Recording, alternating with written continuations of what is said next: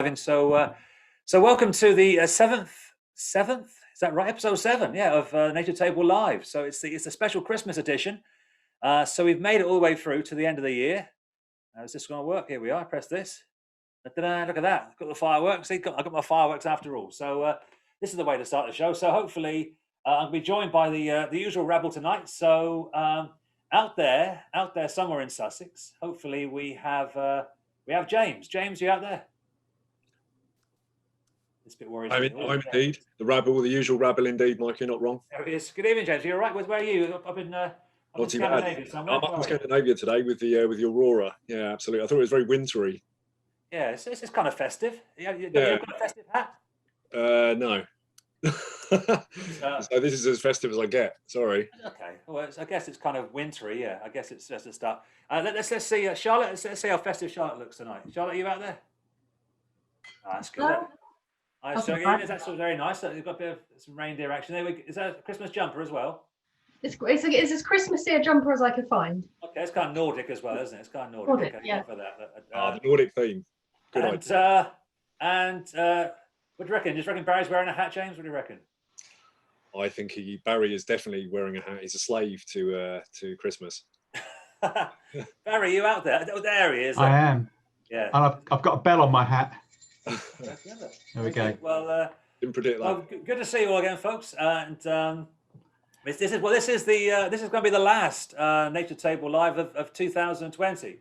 I'd be glad to see the end of 2020. I'm sure you will as well. But it's going to be the last one. We've got to take a break for Christmas, and we'll come back in the new year. So, this is my little bit. It's the interactive bit of the show, of course. So, where's my polls? Here we are. So, launch polling. Oh, this time round, panelists, you're allowed to vote. I found a little button you can press. So you can vote as well this time. So. There we go. So I always ask people how they are. So how are you this week? Hope you're all okay out there in Sussex or wherever you are. So let's see how people are feeling. Some people are quite excited. Look at what missing at Nature Table. It's very, very sweet, very touching. A few people waiting for those Waxwings, and there's a few bar humbugs at the bottom as well. I guess I noticed that people watch this on the repeat can't see the polls. They probably have no idea what I'm talking about. But, it's a little treat for people who bother to turn up. So, okay, let's thank you for voting, folks. Got your votes in. There we are. I can share the results. Look at that. So, most people, 44% of people are going to miss Nature Table Live. The other 66 aren't going to bother. But and quite a few people, James, are waiting for those Waxwings. So we're going to find out later today if the Waxwings ever turned up in Sussex in 2020. I'll end that now. I've got to stop that. I think I know this. I think I'll be smoother at this, but. Anyway, let's see how we're getting on. No, that's not working.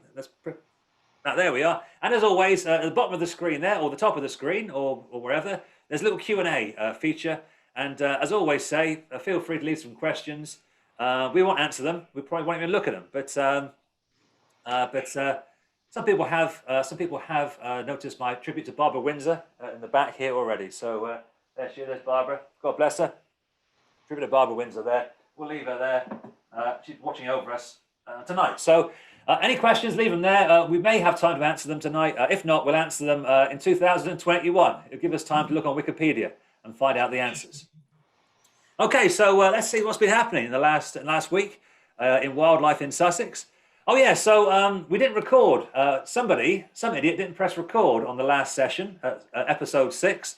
And so usually we record these and put them on YouTube or somewhere, but it wasn't recorded. So, and I thought the last week was very good. Last episode 6. I think it was probably our best one, and it will remain as the great lost episode of Nature Table Live. So, for those of you who were here last week, you're privileged to see last week. Now, for those of you who weren't here on Twitter this week, it was noticed that some of these James and Lucy they draw Nature Table Live each week. They do some sketches of some of the wildlife, and you can see, Barry, there's your sheep nostril fly for last week, and James, there's your crossbill.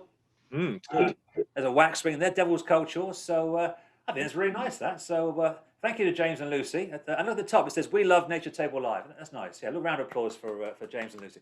It's very quite nice. I should put it in a frame. So I don't know if you're out there this week, James and Lucy, but if you are, you may want to you may draw me perhaps with my lovely hat on. Anyway, okay, we'll move on. So now we've been taking, of course, taking your photographs from the Facebook Nature Table page, and Tetra City White here has been up on the Old Lodge again, taking some lovely photos last week of Crossbill. There's not a lovely picture of a coal tit there. I just like coal tits. I think they're great. So you don't see them enough, certainly in my garden. So nice to get a shot of one on the gorse there. And a nice picture from Andrew Holloway of goldfinch in his garden, just showing you the importance of leaving your plants there, not your pants. Don't leave your pants out over the winter. Leaving your plants over the winter for birds to feed on the seeds there. And a photo here by Ruben. You recall Ruben playing the clarinet a few weeks ago on the webinar. Well, here's a lovely picture of a little egret. He took showing the little egret's yellow socks there. Mm. And this one was over at Rye Harbour, Barry. I think this is one from James Tomlinson, yeah? Yeah. Peregrines are fairly regular now. And they're fairly confident with people. So is this on the castle over there? Is that possible? Yeah. Lovely. It's probably because we saw a shot from James a few weeks ago, of course, that peregrine hanging around with the stoat and the rabbit. Could be the same one. Now, this is quite a nice picture. I thought this was quite nice because this is a velvet scoter. Now, velvet scoters are sea ducks, and normally, when I've seen them in the past, they've been miles out at sea. But this one here is in Sovereign Harbour in Eastbourne, and John Lauper has got some lovely. I love that picture. You have common scoter flying out across, flying past Sussex and on the sea there. The velvet scoter has these white, the white on the wings there. When did you last see a velvet scoter, James? When did you last see one of those? I think that was probably a few years ago now. It's probably 2016 in Scotland, off the Isle of Skye. I think that was probably the last time for a velvet scoter. So it's been a while. Yeah. I can't think when I last saw a velvet scoter. It would be a long, long time ago. Barry, do you see these flying past Rye Harbour? Yeah, sitting on the sea quite frequently with common scoter. Every year they're around, but nothing like a view that you get at the moment at Sovereign Harbour. Yeah, we just get black specks close to the horizon. Charlotte, you ever seen a velvet scoter? I've never knowingly seen one. No. Not knowingly seen. Well, you never know. There's always next year, 2021. Yeah. We've got a lot of catching up to do next year with so many things. Maybe seeing a velvet scoter. You know what? I'm going to see a velvet scoter next year. It's one of my things on my list of things I haven't done this year. Next year, I'm going to see a velvet. I don't care. I mean, we're chatting earlier on. They breed up towards Russia. If I've got to travel to Russia next year, I will do to see a velvet scoter. That's a blanco promise there. Now, just to put this up here, James, because you drew my attention to this week. That what's this Whistle Stop podcast? What's this about? You've been doing some. You've been talking to someone else. You've been on someone else's podcast. I've been cheating. Yeah, I've been cheating. Yeah, I mean, it was a community arts project basically that I was slightly involved in, and they kind of have support from Horsham District Council, and really, I suppose what they're aiming to do is to give a sort of audio guided tour of the Sussex countryside. Predominantly for people who maybe can't get out there and sort of explore the nature and the wildlife that we have. So they're all just podcasts. And I rambled on for such a long time that they had to put me into 2 episodes. It's about 2 hours, James, isn't it? It's about 2 hours. Which I feel really bad about. I know, I don't know what was wrong with me. I was even worse than usual. So yeah, I just whittled on. I went on for ages, and so now there's 2 episodes. So if you want to have a listen, then give it a go. So actually, well, I'll put the link at the end of the today's webinar. I'll put the link there. So if over Christmas, if you're having James Duncan withdrawal symptoms, you want to hear him talk for 2 hours. You won't. But actually, it's really nice. I listened to it earlier on. Actually, it's nice. James is sort of doing walking around Woods Mill, talking about some of the wildlife there. I thought it was very relaxing. So it is very relaxing. Actually, I have to say they've done it really nicely, and they have a really nice vibe sort of between them. So the whole thing has quite a nice ambience, doesn't it? Especially with the it was kind of nice until the lady mentioned. She said one of the ladies on the podcast mentioned that she had been learning all about butterflies from Michael Blanco, and she'd been watching my online butterfly guide, and now she knows all about the blue hair streak. And I was like, there's no such thing as a blue hair streak. So I don't know what she was talking about. So I don't know why I bother sometimes, to be honest. But is that the fault of the teacher, Michael? Do you think? Yeah. Anyway, so there'll be a link later on. You can go and listen to James talking for 2 hours. very relaxing. So something to do on Christmas Day. Also, Um, on Christmas Why does Day. this thing doesn't move? If I press, oh, here we are. So now I noticed in the week the talking about goldfinches and velvet scoters wasn't particularly festive, and so I asked. So Charlotte said she'd do something festive for us. So festive wildlife. Is that right, Charlotte? Yeah, yeah. All Okay. right. Yeah, very festive. So I'll hand over to you and a little bit of festivity. Yeah, I've got an extra prop for this bit. Okay. Oh, that's not going to work with the background, is it? Oh, if you lean forward, you just about to see your antlers. See my antlers. Hey. These antlers, actually, I got them at London Zoo. And if you wear these on your head whilst you're walking around London Zoo, it's a really good way to see all of the animals because they're all wondering what the heck is walking around, especially the big cat. It was very effective. I've got some sound effects as well for this, some reindeer bells, because I thought it was a good excuse to talk about reindeer. We don't talk about mammals enough, I don't think, on the nature table. So I definitely want to get in a nice big mammal. And it is quite a bizarre thing, sort of thinking about why are reindeer so strongly associated with Christmas and where did this whole idea come from? And it all originates with this poem, which was first published in 1823, anonymously in a New York newspaper. And this was the first ever mention of flying reindeer, specifically eight flying reindeer. And this is also where the first mention of their names cropped up as well. And it's always a bit of a challenge to remember all of the names. So I thought I'd see if you could get 8 names between you. Okay. What do you reckon? Yeah, we can do Yeah, that. There's Rudolph. Blitzen. Oh, Right. not ready. Come on. On Comet, is it Donda? Yeah, that's an Prancer. interesting one. Yeah, Donda, it was Donda originally. Dancer and Dancer, yeah. Prancer and Dancer. There's Donda and Comet and Blitzen Mm. and Rudolph. That's 5. No, Rudolph doesn't count. Doesn't count. is Wait a the minute. original one. If anyone out there knows what the what they're I'll put you called, out of stick it your in misery. There's Donna. Someone's put Donna. I thought Donna was a kebab. Is it Donda? Or Donna? Donda was Donda was the thinking is that the original name was Donda, and it was later changed to Donna. And apparently, Donda and Blitzen is, I think, either a Dutch phrase or a phrase in a language. I've probably got wrong, but it means thunder and lightning, which is where that came from. But it was later changed. But anyway, so it's Dasher, Dancer, Prancer, Vixen, Comet, Cupid, Donna, and Blitzen. Cupid. Is there a so- Cupid in there? I'd have got 4. I think that's a good pub quiz there, Charlotte. We should. Yeah. So you'll immediately forget them all now, but those are the names that were produced. So with Rudolph, so he wasn't created until quite a long time later. So this was 1939 when he first cropped up, for in another poem, especially for children. I actually have this book. This actual. Yeah. Book. Yeah, I do. But yeah, I think I'm sure it's in the loft. But anyway. Amazing. So that's where Rudolph came from, and I think he also inspired a hit song as well. So Christmas #1 in the USA in 1949, Rudolph the Red-Nosed Reindeer. So he's probably the best known. No one ever forgets Rudolph. And it seems like it would be entirely fictional, this red nose idea, but actually when you dig a bit deeper, there is some truth to this. So this reindeer, looking a bit bemused, is illustrating the fact that some of them do have, well, at least a very pink nose, if not bright red and glowing. But they have this for a really good reason. So it's because there's a really dense network of blood vessels, little capillaries, right around their nose area. And they have that there to help them regulate temperature.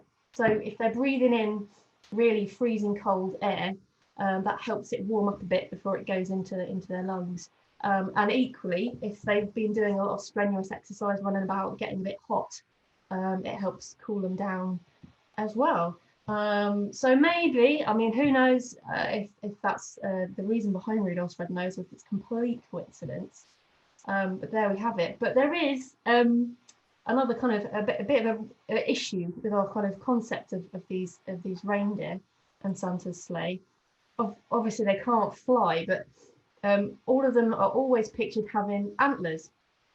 And reindeer are really unusual because both the females and the males actually have antlers.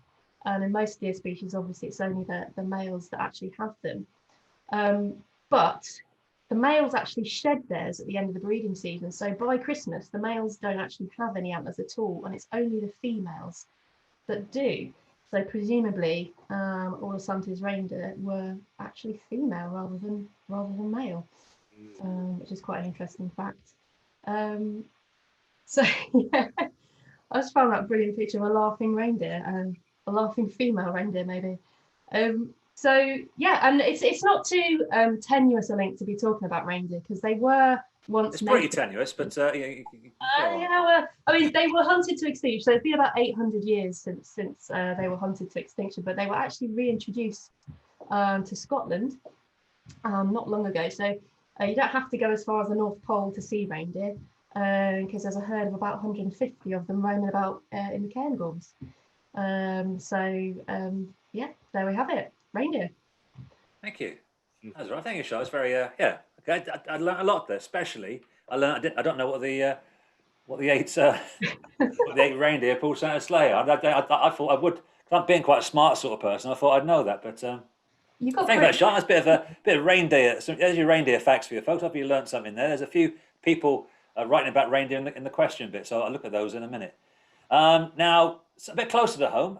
This picture is very close to home. See, this is this sparrowhawk sits on Mike Mullis's bird feeder quite a lot, and it sort of sits there, scares all the birds off, of course. But he managed to get some lovely shots. Because the sparrowhawk here, everyone's favourite garden bird. I mean, look at that. That's just stunning, isn't it? Absolutely stunning. And just before we came on air, my friend Lois sent me a little news story, which is on the BBC main page. Have you seen this? Bird of prey. This is a few hours ago in Scotland. Bird of prey rescued from indoor Christmas tree perch. Is the BBC? This woman opened the door to let her dogs out, and a sparrowhawk flew in. It sat on the Christmas tree for like 45 minutes. Wow! Look at that. I opened my back door just now, and about 4 flies flew in. That was it, and a moth. But imagine having a sparrowhawk on your Christmas tree. Incredible. Christmas tree decoration and a half, isn't it? Look at that. I think it's big sparrowhawks up there. Incredible. It's on the BBC front page at the moment, so go and look at that. But yeah, that's just a bit of topical news there. So cutting edge this webinar, cutting edge. Some great photographs by Kieran Packham this week on the nature table of kingfishers. Look at that. That's a great picture of a little kingfisher getting his lunch there. Fantastic. Another one there. Beautiful. Always a very hard bird to get close to, as you know for yourself, James, trying to get close and film them with a steady hand, as you have done. Yeah, you have to sneak up on them. This is a strange bit of news of the weekend. My friend David sent me a picture taken by a florist in Lewis. This thing was hopping around in his shop there. I think, now I could be wrong. I'm no expert on foreign grasshoppers and locusts and stuff. I think it's an Egyptian locust, which it's not one that swarms in plagues apparently, but it's a pretty impressive little thing. Obviously, it's been imported in here on some flowers, I guess, in the florist here. But yeah, as I said in the comment on Facebook, I said, yeah, after what 2020 has thrown at us, I mean, a plague of locusts appearing now wouldn't surprise me at all. I wouldn't bat an eyelid, to be honest, if a plague of locusts turned up now. So yeah, quite unusual to see in Lewis anyway. Now, Jenny and Isla have been. Remember, Isla came on the show a few weeks ago. She's our official frozen bird namer, Isla, and she took some great photographs of the seal down at near Eastbourne. But she's been out and about again. She's been over around to Shoreham. Took some great photographs of some of the water birds over there. Lovely photo there of a turnstone. I thought it was a nice picture. That's better than my photos. Almost as good as James's photos, if not equal to James's photos. But nice picture by Isla of a turnstone there. And this one here, I like the composition of this picture. Just like this, nice little egret over there near Shoreham. So thank you for those, Isla. Thank you for sending those in. Another Redshank. I like Redshanks. I know Lucy drew a good Redshank last week on her illustration. So and Lucy is watching. So James and Lucy did those drawings. Just let me know they're watching. And I've just made up Lucy's day apparently by mentioning her name. So hopefully they're sketching again. Now, some lovely photos from the other side of the county, from where Barry is. Some photos from Pagham Harbour. Karen down there took some lovely snaps in the week. Lovely reed bunting. It's a nice picture, isn't it? Thought that really nice. A lot of buntings and finches are flocking at this time of year. A nice picture. I love curlews. So, how's the curlews at Rye doing, Barry? Are they all right? They're pretty good. A couple of hundred are roosting about, yeah, about a quarter of a mile from where I am. They're all fast asleep. It's I mean, how many do you get? What's the maximum you get over the winter? 500, 600. Really? Okay. Yeah. I'm gonna get over there. I'm gonna get over there, surprise you over Christmas, I reckon. The best time is yeah, late afternoon as they're all flying into roost. Okay. Yeah. You can yeah, you may cycle. You may see me and cycle past, Barry, if I'm watching the curlews. A nice little sunset over there, over Bagham Harbour from Karen. Now, Daryl Peters, I don't know where he lives. I mean, he's not too far from me, but he said he's become obsessed. Now, we've been talking about trail cameras quite a lot, and in fact, a few people have emailed me about trail cameras. I think they're looking to buy their other half a present for Christmas and buying their partners a little treat, and you can buy some really nice trail cameras. Some great photographs by Daryl here. Now, I'm not sure what trail camera he's got, but it's really good quality. Some lovely, really good. He's been taking photos of a badger and a fox down in his garden as well. So. Yes, yeah, I mean, the camera I got is a bit blurry, but I still find it incredible to see what's in the garden at night. So, if you haven't bought a gift for the special person in your life at the moment, maybe get online and get a nice trail camera because it's always hours of entertainment, as I'm sure Barry would agree. It's very addictive. Yeah. And speaking of which, Cliff and sent in a friend of his, Tim Waters, has been putting his trail camera out and took some amazing film of some buzzards. I think he's been using some carrion, some roadkill as a bait, but let's see if this works. Look at that.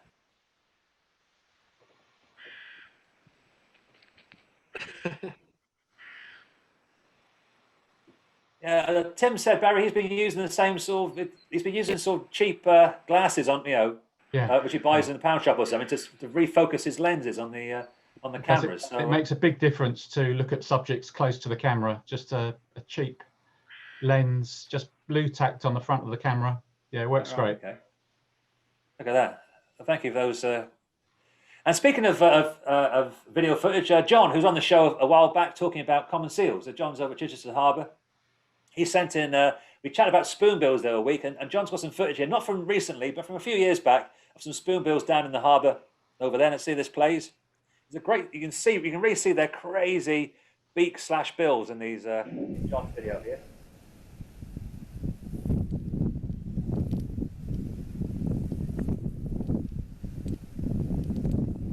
Look at that, look. So that's one weird bird. Look at that. Well, synchronized scratching there. Look. Yeah. Synchronized scratching. Now, also, John said in the same video. I mean, remember the other week we've been chatting about William, our frozen woodcock, in my freezer here, and how they have these amazing eyes. They can see, they can see the side. They can see, straight ahead, of course, and also they can see behind them. And we were saying last week, Barry, or the other week, about their 360 vision. And Barry was saying that when they're feeding, they can see all around them, so they're pretty safe. But look, compare the incredible vision of a woodcock when it's feeding to the vision of a spoonbill.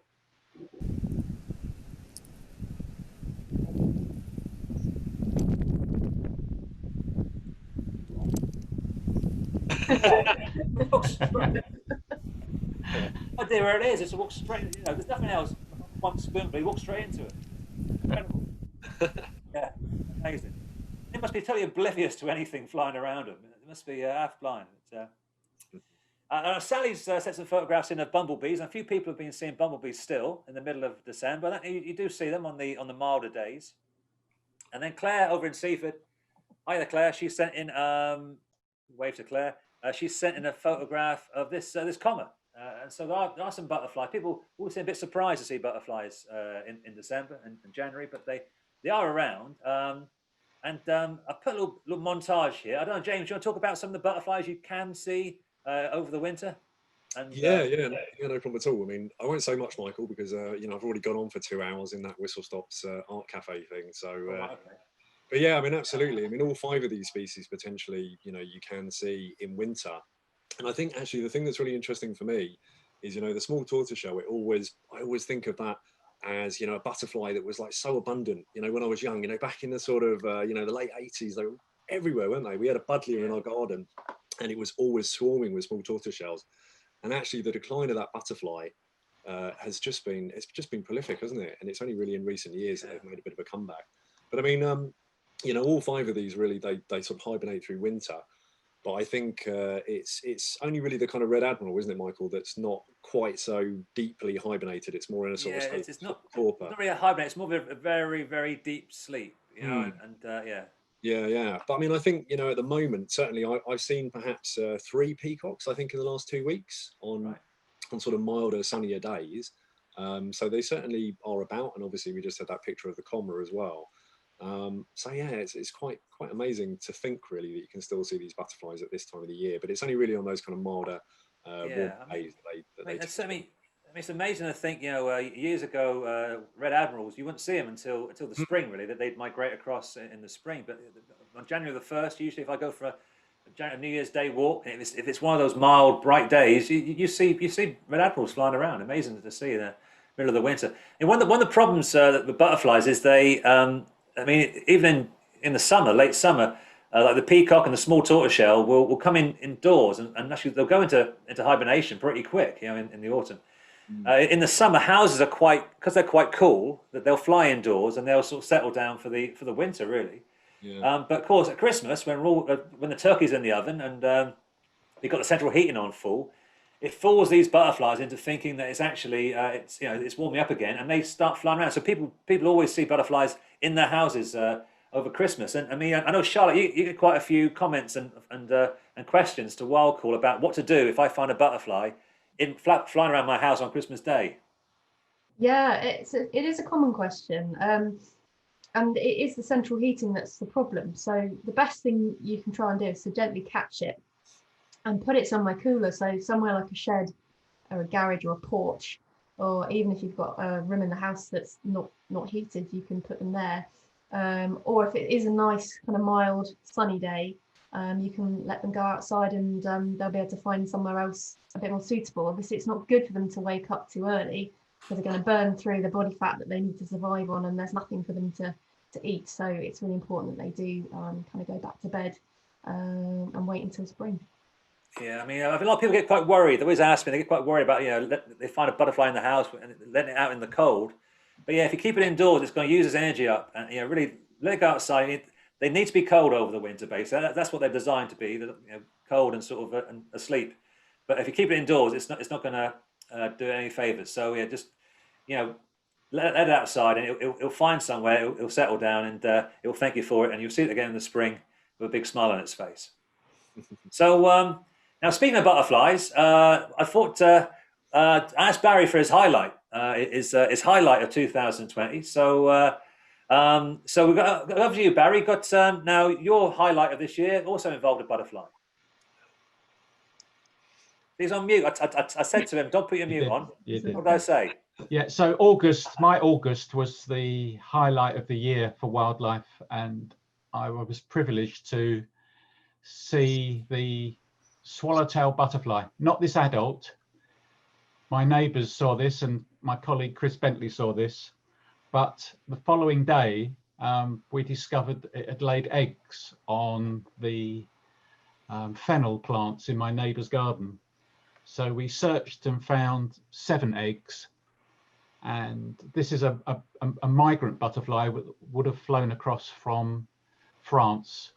The native swallowtail doesn't feed on fennel. It feeds on a similar umbellifer in reed beds. Anyway, here is the egg, just a millimetre, and it was a real privilege to watch these eggs hatch 6 days later into 2 millimetre long caterpillars, and then they rapidly, within 2 weeks, they'd grown to 35 millimetres long and had changed their appearance dramatically. So I soon realised that I should write a little swallowtail diary, which is on the Trust website, and just to to highlight what magnificent animals these are. So after this stage, they then pupated. I've got the video first, Barry. I've got the video first, which I quite enjoy. Okay. This guy. So they were very, very hungry caterpillars. This is the stalk of a fennel plant, and they would have intense bursts of feeding and then resting. And yeah, here in my office, over in the corner behind my shoulder, I set up a little feeding area for them, and all 7 were successful in growing up, becoming enormous, and then pupating. So I've got these photos, Barry. This is yeah. So just before they turned into the pupa, they went into this sort of resting phase, and they put a lot of silk onto the stem, and it was always at this angle, 45-degree angle, and then they miraculously, in an instant, within seconds, after a long wait, they shed their outer skin, their colourful skin, and turned into this resting stage, the pupa. It's just attached by a little belt there. So the thing that surprises me is how some of them are still this bright green colour, but about half of them are, they went brown very quickly. So I don't know what the difference is there, but they're lovely structures. They're sleeping in there and transforming into the amazing adult butterfly. So hopefully in May next year, we will have the privilege of seeing the adults emerging from these, and hopefully we'll be able to show many visitors these butterflies while they're hatching down at the new Discovery Centre. Wow, that's going to be worth seeing, Barry. I'll get my bike and cycle over to Rye for that one, I think. Yeah. I'm just watching this. Actually, I wish I could get in my sleeping bag and just sleep till May. I really do. I'm not too sure I'll be as pretty as a swallowtail when I emerge, though. But where are we going now? What's that? Okay. Oh yeah. It's actually this is usually the part where I call a local mycologist, Claire Blanco. I think she's actually asleep on the sofa. Are you all right? Yeah. You'll come and join us? Here she comes. Here. I usually shout, but she actually was asleep just now. She's snoozing. I put a chair for you this week. Look, here we are. So here's Claire. Let's say hello, folks. Hi, Claire. Hi. Now, last week, you may recall I fooled Claire with a bit of polystyrene last week. Remember that? I thought it was quite funny. I quite enjoyed that. There's been some photos. Now, there isn't many photos on Nature Table. Last week, there was only a few funky photos. This week, there's even less. So I guess it's coming to that time of year where I get my wife back. I kind of lose her to mushrooms for a few months in the autumn. And but now this one here is by Michael Howard. Says, "Is this crimson wax cap?" I know you love your wax caps. They definitely look very much like wax caps. I wouldn't be confident to say which one they are for definite without getting a better look at the whole fruit body. But yeah, crimson wax caps have a sort of fibrous stem, so you need to look for that as well. Okay. Now, as Sue Howard, she's been watching this meadow wax cap for so long. She now regards it as her personal property. She's been watching it develop. It's amazing to watch it, and it's like a little advent calendar for her every day. So it's changing each day. But now, is this meadow wax cap? Is that right? Yeah. Yeah. Okay. What? Thank you, Sue. So. Yeah. Look at that with a chunky stem. Chunky stem. Okay. Now this is. I never heard of this. A wrinkled club. So, Andrew, is that a? That sounds good to me. Yeah. I'm not brilliant on clubs, but that sounds about right. So in the pine there, and Andrew sent some lovely photos as well as this spitgill. Is this right? Look at this. This is a weird looking thing. That looks like it looks pretty furry. That's pretty impressive. It's got a lovely, so weird underneath on the underside. It's It sort of has this appearance, almost like quilling. If you sort of familiar with that. No, at all. Form. No, not at all. Never heard that before. Quilling. Well, I think it was popular in Victorian times. Well, that's probably why I haven't heard of it. I was born in 1971. Well, Charlotte's older than me. She was born in 1842. She would have heard of it, but. Yeah, it has this very distinctive structure underneath. Wow. That makes it pretty unmistakable when you get a good look at it. Split girl, fantastic. Okay. And that was it really for the. We do have, of course, one entry into our this week into our dog's vomit, slime mold, or actual dog's vomit round. Very popular round on the show, of course. And here's the picture, Claire. What do you think? What do you think this is? I'm not sure what that is. Horrible, isn't it? Gross, yeah. Yeah. I don't know what Is that it? I mean, is it like a bogey or something? Isn't it? What is it? Yeah, I know. It looks like something that's like fell off something and So landed there. yeah, I don't know. So thank you, Claire, for sending that in. So I'm not entirely sure what that is, but I don't think it's neither dog's vomit or dog's vomit slime mold. So perhaps we won't dwell on it too long. We'll move on to the. Another popular part of the show. You join us for this? You going to join us? Well, I'll leave you to it. But Oh, okay, it's all a right. It's a good. Well, thank you good for that. slot, Thank yeah. you, Claire. Thank you for all your attempts this year to join us, and you're back to sleep. He's back to sleep. Well, it's so there's I'm not sure what that was in that last photograph. It wasn't very nice, and there's even more bad news here because I've had a bit of a busy week, and I haven't actually prepared. No one sent anything in for the mystery bird round, and as you know, of course, we've been having a lot of people. There's been clarinets, and Jess last week did some fantastic work on the piano, but this week, I haven't got anything. So unless any of you guys have got anything you want to contribute, I've got my recorder here. I can start doing that again. Oh, not again. Yeah, I mean, I could do that, but I mean, there's nothing else. Anybody got any ideas? Well, it just so happens I've got my violin here. Yeah, Charlotte's got a violin. There's a coincidence, Charlotte. So you got to give us a okay, folks. So Charlotte's going to.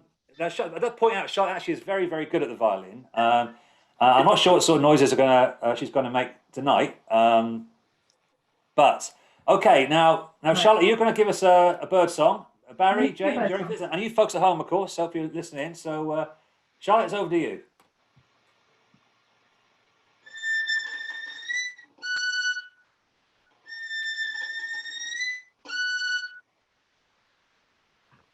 Okay. Let's on one. James, Barry, what do you think of that? I think I need my ears tested. Can you have another listen to that, Charlotte?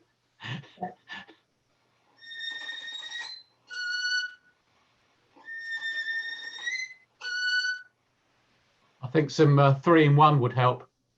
Well, I'll tell you what I'll do. If I put the options on the screen here, maybe that's going to help you.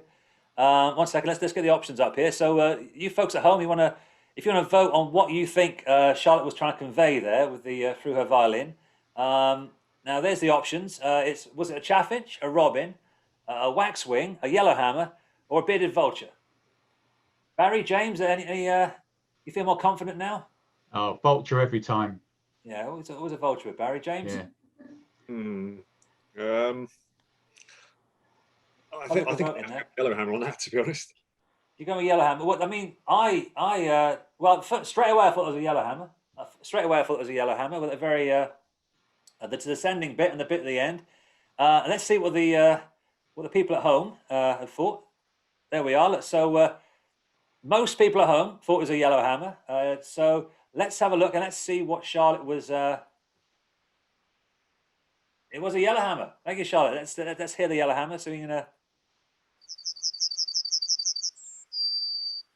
Exactly the same. It's exactly the same, James. It is now, yeah. Yeah, it is now. It's very hard to piece it together with a bird at the time. I'm really surprised. I thought that was such a pitch perfect yellowhammer. It was very good. Well done. Charlotte, now you've got your violin. Let's do one more. Right. So okay, Charlotte, give us one more. All right. I'm pretty sure you're going to get this one. Okay.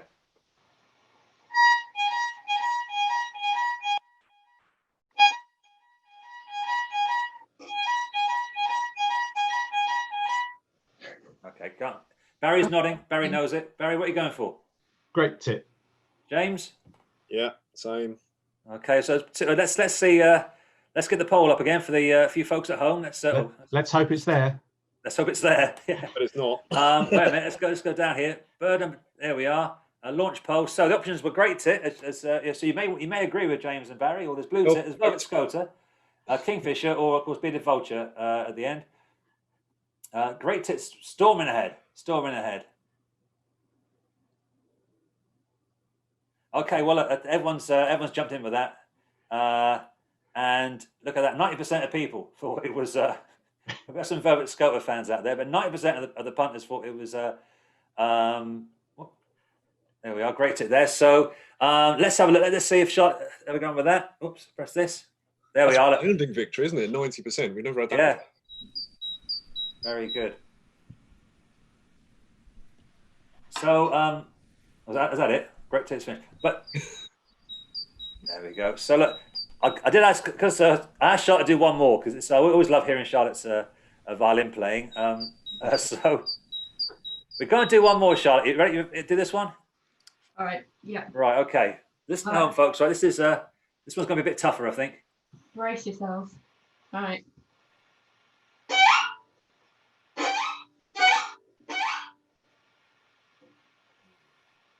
There you go. That's pretty dramatic. James, Barry, what are you thinking? I'll give you a clue. It's a nocturnal bird. All right. I'll give you a clue. A nocturnal bird. So it's a little owl, maybe.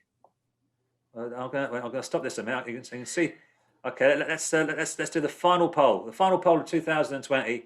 All right, it's either a nightjar, a stone curlew, long-eared owl, tawny owl, or a bearded vulture, which probably isn't nocturnal, but. I wish I had done a bearded vulture. Actually. Yeah, we should have done what a bearded vulture sounds like. Well, people are a bit split. There's people think it's a nightjar. Actually, it does sound a bit like a nightjar. Now I think about it, it does sound a bit. Let's see. Well, most people only just. Oh no, who's that? Oh, I thought it was Charlotte's violin again. It's Tawny Owl is just a win, and yeah. So let's see, Charlotte. Let's see what you. Right. Share result. Look at that. Look. Okay. Right. Let's see what it was. It was indeed a Tawny Owl. That's the Kawik. See? Yeah. Yeah. See, it's easy when you know. That makes sense now. Yeah, easy when you know. That's the biggest great tip I've ever seen. It is. Oh yeah. I didn't change the. I just noticed that. Yeah, that's not a great tip, folks. Okay, so I'm sure someone's already written it and blame. People love it when I make a mistake. So there's that. So well, thank you to Charlotte. Thanks very much. That was an amazing virtuoso violin playing there. As I say, she does do some nice tunes as well, not just squeaky bird noises. And thank you to everybody who's sent in clarinets and pianos and all sorts. And thank you to me, of course, for my fantastic recorder playing, which started it all off. So okay. Now, we're almost finished tonight. Now, we can't leave, of course, without finding out whether Waxwings ever made it into Sussex in 2020. It's been a terrible year, of course, and one thing could have cheered us all up would have been some Waxwings heading our way. Last week, James, we talked about there was a flock of Waxwings at Toddler's Cove Play Park there in Canterbury, not too far away from Barry Yates there. Not too far away. They could have made it. They could have come down in the week. I did write a piece for a magazine a while back. I started by saying there was a time when people believed that the rare appearance of a flock of waxwings was a portent of disaster, war, or pestilence. And it's really funny because they turned up in Canterbury, and about a few days later, Canterbury was announced one of the worst places in Britain for coronavirus. So maybe it's a good thing they haven't come any closer, but have they? So James, what you found out? Don't you? Do you want to do a drum roll, Michael? Well, last week it was substantial. So the alert was substantial last week. I'll do a little drum roll over here. I've got some pens. Look. So have they arrived in Sussex? I banged the keyboard and it sort of ruined the joke. Anyway, there's your answer. No, no answer. So where have they gone? They were close, and then they vanished again. Yeah, they seem to have done. They all seem to be a bit further north again. So I think the bulk are still up in Scotland. There's some in Northumberland and Yorkshire, and Norfolk basically is as low south as they've been spotted in recent years. So unfortunately, they're a bit further away from us again, I'm afraid. Could it be? That does mean there's going to be no pestilence in Sussex. So you know. Well, that's good. That's a good thing. Hopefully, hopefully we'll stay in tier 2. Hopefully, Maybe that's how Boris sort of works out his tiers, but he just follows where the waxwings are and calls it tier 3. Is there a chance, if it gets colder, is there a chance they may come rushing back to Shoreham or somewhere? I guess there is, but the thing is, it's so dependent on what the sort of berry haul is like over, kind of in the native breeding grounds. Really, it's the weather over there that is more, more of a critical deciding factor on whether they sort of move and become eruptive and, sort of fulfill those nomadic tendencies. So, if it does get colder here, possibly, I mean, maybe that would be a good sign that, the weather in Scandinavia is colder as a whole. But I wouldn't necessarily say that will determine it on its own. So we'll just have to keep our fingers crossed. Fingers crossed. Maybe they'll be back. Now, we've just got a few comments here just to point out. Firstly, that Elizabeth pointed out that while Charlotte was playing her tawny owl, a tawny owl started calling outside her house. There you go. You've attracted one, Charlotte. That's brilliant. That's how good it was, Charlotte. It was. It didn't fool Barry, but it fooled a tawny owl outside. And I'll take that. I just need to point out a point made by Charlotte earlier on talking about reindeer, of course. Now, not all reindeer fly, but Santa's reindeer do fly, of course, by magic. We need to point out to Charlotte, of course, that there are some magic reindeer out there that do fly. Of course, there's a lot of children watching the show, just to remind them that Santa's reindeer do actually fly, have special magic powers, which take them all around the world. So now, where are we going? Where's this? I need to close this down. So I keep opening these questions. I can't see these. This is why I can't answer questions live, because you open the thing up, you can't see the screen. And then this happens, right? So there we are. So that's the end of Nature Table, end of episode 7. So we are going to come back now. We'll probably do it. We started doing this during lockdown too, just to kind of keep you amused and distracted. And as we head into 2021, we may not do it every week, but we'll certainly be back on the 14th, middle of January. We'll be back. We may do it once a month or once every 2 weeks. We'll see how it all goes. If it gets pretty bleak again, we'll do them every week in New Year. But at the moment, we'll bring it back on January the 14th. But we do have lots of other things to look forward to next year. And today we've been planning our online events. We have James going to do a repeat of his thrushes and his winter birds because they were so popular. And then we'll have Nature Table Live on the 14th. And James is also going to tell us about his adventures driving across the Sahara in a family car. Was it 2 years ago, James? It was 2 years ago. Wow, the time has flown. Yeah, it certainly wasn't this year. That's for sure. Oh yeah, certainly. Yeah. So James has got a two-part journey through the Sahara, looking at the landscape and the wildlife, and seeing if I was about to say, see if James survived driving across a field of landmines. I did. Spoiler alert! I didn't survive. James, and Barry's going to. I asked Barry to do something a bit positive in January. Let's look forward. And Barry's going to give us a talk about a year at Rye Harbour, looking through all the seasons, looking at some amazing photographs of the wildlife through the year there. Hopefully, that'll get us in the mood in January to get out again. We've got plenty more as well, so keep looking at the What's On page, and you can book on those now. There'll be more will be added, and I'll be doing a few more things in February as well. So there's plenty more to come as we head into the lovely 2021. And tomorrow actually is our last webinar of the year. It's tomorrow night. I'll be there, but James, Charlotte, and Barry will be taking the night off. But I'll be joined by a special guest. We have Rory Mackenzie Dodds, who's a butterfly, no, he's a dragonfly expert. Hopefully, he's not a butterfly expert. Otherwise, I booked the wrong chap. But he's here tomorrow talking about dragonflies. He's a great ambassador for dragonfly conservation. He's got to talk about British. What's wrong with me? British dragonflies. But also, he wants to talk about a very special dragonfly from New Zealand as well, which he's obsessed with. So. And Chris Packham there's called him one of Britain's greatest living naturalists. So if you haven't booked, book on tomorrow night. That should be a fascinating talk about dragonflies from Rory. And I'm going to be working for a few hours. I'm going to come out of hibernation over Christmas because we're going to have our last back garden bird race of 2020 on December the 27th. So for those of you fans, I know there's quite a few fans of the back garden bird race out there. You're going to be pretty bored by the 27th, nothing else to do. So fill up your peanut feeders, and if you want to join the bird race, there'll be a link later on. So, okay, well, if you enjoyed this evening's talk, or if you enjoyed any of the talks, or any of this nonsense for the past 7 weeks, please consider making a donation to support the work of the Wildlife Trust. A few pound would be appreciated. I know people have donated, so thank you for those who have, and those who haven't, just stick a few pound in the pot. It'd be great, thank you. Or even if you're not a member, and I don't know why you wouldn't be a member of the Wildlife Trust, but if I'm not a member, please consider joining. Maybe a little Christmas gift to yourself, to join the Wildlife Trust and support our work. There'll be a link in a minute where you can leave a donation or sign up. So if there's not a link, because if I always worry I've done it wrong. I have done it wrong. Go to our website, sussexwildlifetrust.org.uk, scroll down and find the hare, and click on his ears, and it will take you through to the a place where you can you'll find some links to some of Barry's videos. There'll be links to the to book the upcoming talks. There's a back garden bird race, and also there's a link to James's 2 hours walking around. How do it take it takes half an hour to walk around Woods Mill, James. I can take 2 hours of talking to get anyway. But I like to stop and look at things, Michael. That's the point, isn't it? yeah, that's the whole point, I guess. Yeah. So there you go. Thank you, folks, for listening over the past and supporting our webinars and events over the past few months.